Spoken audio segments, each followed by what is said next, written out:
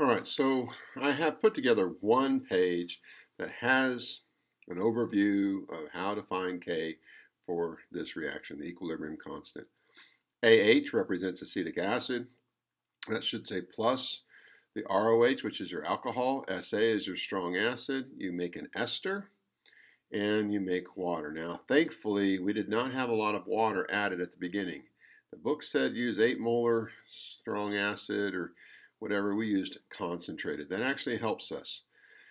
It kind of simplifies things. So I've kind of put it down here, the different columns for all the volumes, or sorry, mole amounts that you have to find. So let's start with the first one, the AH.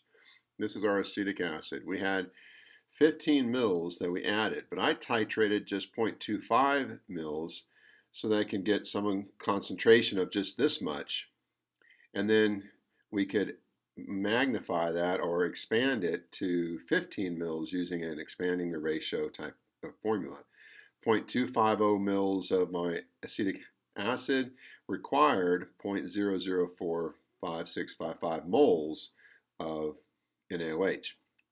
So I want to know how many moles of NaOH were needed for 15 mils, because if I find that moles of NaOH, that is equal to the moles of acetic acid. So just think of this now as the moles of acetic acid, and that's why I put it here as our initial for acetic acid. Next one, alcohol. Now each of you had a different alcohol, so I can't put in a number here, but I can tell you how to get to your number. You take your 25 mils, change it to liters.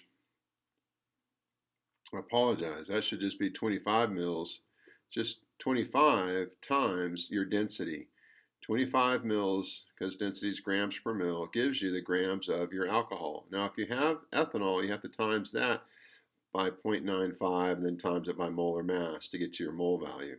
Everyone else can just take that gram value, times it by the molar mass, and you'll know the moles of your alcohol. And again, that was water free for the most part. A little bit probably, but we're going to say mostly alcohol. And of course, you would put whatever number you get, you'd put right there. And again, I've given some density values you can use here for this calculation.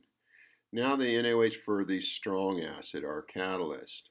I'm not asking that you show the calculations, but I have done the work and have found that you have need of 0.0087515 moles of NaOH to kill all this acid, to neutralize it.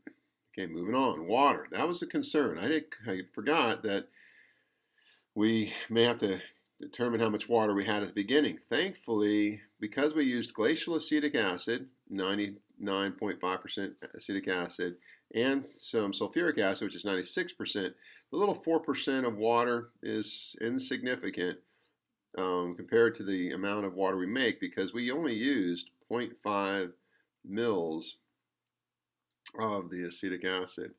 We only used, again, 0.5 mils. So thankfully that's not an issue. We don't have any water at the beginning. So X is the amount of water we make, which is at the end. All right, we're almost done. Now to finish this calculation, what you have to do is, of course, titrate the endpoint. How much of my glacial acetic acid do I have at the end? Well, this is how we find that. We certainly titrate all of our, base solution. We find its volume. We find times it by the molarity. That's the moles of NaOH you had to titrate at the end. Some of that has to be subtracted away because that was used to neutralize your strong acid. The remaining, base, NaOH, is equal to the remaining mole value, is equal to the remaining acetic acid. It's 1 to 1. So you can say that is really this value right here. But you also need to find X, so you have to take this value and work through this equation. I just had X moved over to here and subtracted this from 0.27, and then you'll have your X values you can plug in. And once you have those, you can go ahead and find K. Again, you'll have to find your own X values because you have numbers you have to plug in here, and that changes what you get here as a value. And I can't put in an ROH value because each had different alcohols, so I don't have a value to put in here. But I hope this kind of gives you a sense of what to do to get these numbers. And please stop by to see me if you're having trouble. Thanks.